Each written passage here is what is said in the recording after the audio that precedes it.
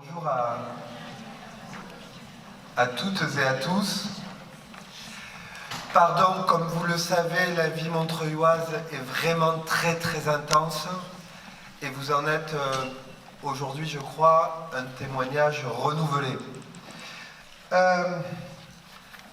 J'avais prévu un petit discours. Peut-être qu'il sera un peu long, je vais le couper. Non? Vous êtes d'accord? Tous ceux qui me connaissent en ces circonstances disent oui. C'est vraiment un chantier à toi, Jacqueline. Quelques mots simples. D'abord, pour vous saluer. Et pour saluer le travail de long cours qui a commencé et qui a conduit à ces échanges. Vous le savez, je n'y ai moi-même pas assisté. Ce que je sais, c'est qu'étant à présent ici en mairie depuis 1 ou 2 heures et ayant enchaîné 1 ou 2 réunions, ayant donc vu passer certains des intervenantes et des intervenants, elles m'ont plutôt sauté au cou en disant c'est très bien ce qui s'est passé, il faudra le refaire, enfin différentes choses comme ça.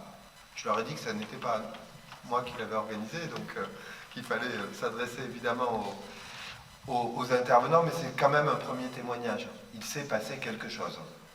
Et des gens ici, je reconnais un certain nombre de visages, pas tous, ont estimé qu'il était nécessaire d'engager un travail sur ces enjeux de coéducation parmi ceux qui sont le plus attachés dans la ville de Montreuil à ces questions.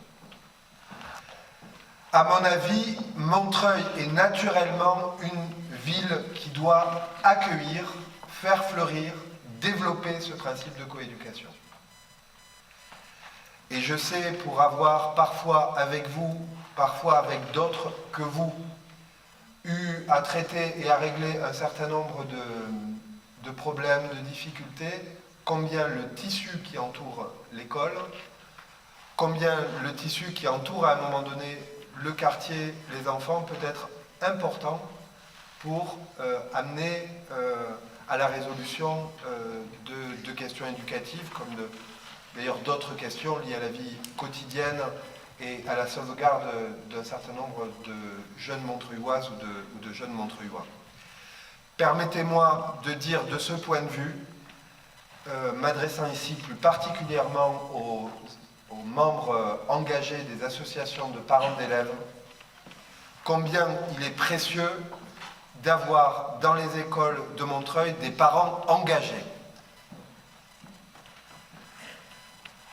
C'est valable sur le sujet des mobilisations, qu'elles soient dans les demandes adressées à l'éducation nationale et parfois, rarement, aux maires.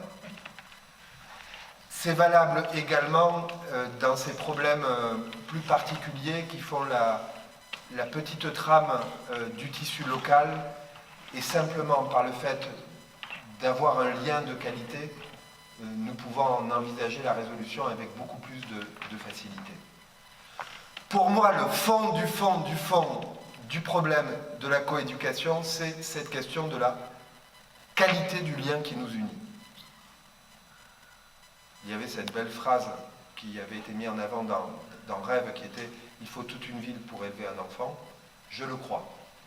Plus la communauté est forte, plus elle est reliée, plus des liens de travail sont établis entre les acteurs divers de l'éducation, plus c'est facile de faire progresser et de résoudre les enjeux auxquels nous sommes confrontés. Je veux également dire que dans la proposition qui, je crois, j'espère, est une des vôtres, de construction d'une maison des parentalités ou d'une maison de la coéducation ou une maison des parents, il y a, à mon avis, un principe fertile pour Montreuil. On le voit très fréquemment, l'éducation nationale, les différents gouvernements ont tenté à plusieurs reprises de poser ce problème d'ailleurs souvent avec une certaine maladresse, voire un esprit de hiérarchie et d'imposition qui en a annulé la réalisation dès le début où cela a été proposé. Mon point de vue comme maire, c'est que c'est à partir du local que nous pouvons réussir. Et je veux dire clairement que la ville de Montreuil, nous ne nous considérons pas comme municipalité, comme institution au centre de tout. Nous estimons par contre que notre rôle est d'aider à fédérer, à permettre que la rencontre ait lieu et que le projet se construise. Et donc aujourd'hui, en venant, je veux vous dire que nous répondons présent. Nous répondons présent à l'invitation que vous nous faites, que nous avons essayé de travailler d'une autre manière avec le projet Rêve. Nous répondons présent à l'invitation que vous nous faites de commencer un processus de travail, de projet, que ce soit à l'échelle de la ville comme à l'échelle des différents quartiers. J'y insiste, mais je crois que vous avez dû en parler. C'est évidemment les deux dimensions qui me semblent devoir être activées. La dimension de la ville, travailler à l'échelle de la ville, parce que c'est à l'échelle de la ville que nous pouvons, à mon avis, rassembler des compétences, partager, permettre aux acteurs dans les différents quartiers et dans les différentes institutions de se réunir régulièrement, de penser ensemble, de progresser. Et en même temps, à l'échelle du quartier, à l'échelle de l'école, parce que c'est à l'échelle du quartier, c'est à l'échelle de l'école que nous pouvons résoudre, que nous pouvons enclencher les dynamiques pratiques, les dynamiques réelles qui permettront de réussir. Évidemment, il y a d'autres acteurs, à mon avis, qu'il faudra au fur et à mesure intégrer. Je pense en particulier les acteurs sportifs. Parce que il me semble qu'un des enjeux sur les clubs sportifs montreuillois, c'est que les clubs sportifs soient des lieux évidemment sportifs, des lieux de réussite, parfois des lieux de compétition, mais également des lieux d'éducation. Un certain nombre de clubs d'ailleurs dans ce domaine ont une longue expérience, d'autres ont besoin d'aide à mon avis, pour faire les pas qui permettent de mêler la pratique sportive d'un côté et la pratique éducative dans une dynamique de développement. D'ailleurs, je citais, j'avais en tête quelques exemples précis. Je me souviens parfaitement d'un gamin qui était vraiment dans les difficultés, et au plan familial et au plan scolaire, qu'à un moment donné, on a réussi à sortir des difficultés, à la fois par la bonne relation entre les parents d'élèves et la mairie, et en même temps par l'intermédiaire du club de sport qui, à un moment donné, a été la parole qui a permis de redresser. En disant cela, je ne suis pas en train de vous faire le discours de certains élus qui disent « le sport est le salut à tout ». Ça n'est pas mon point de vue, ça ne l'a jamais été, ça ne le sera jamais. Mais je veux dire par là qu'en matière d'éducation, à mon avis, l'ensemble des acteurs doivent être intégrés. Ok, voilà. Il y a plein de gens de qualité ici.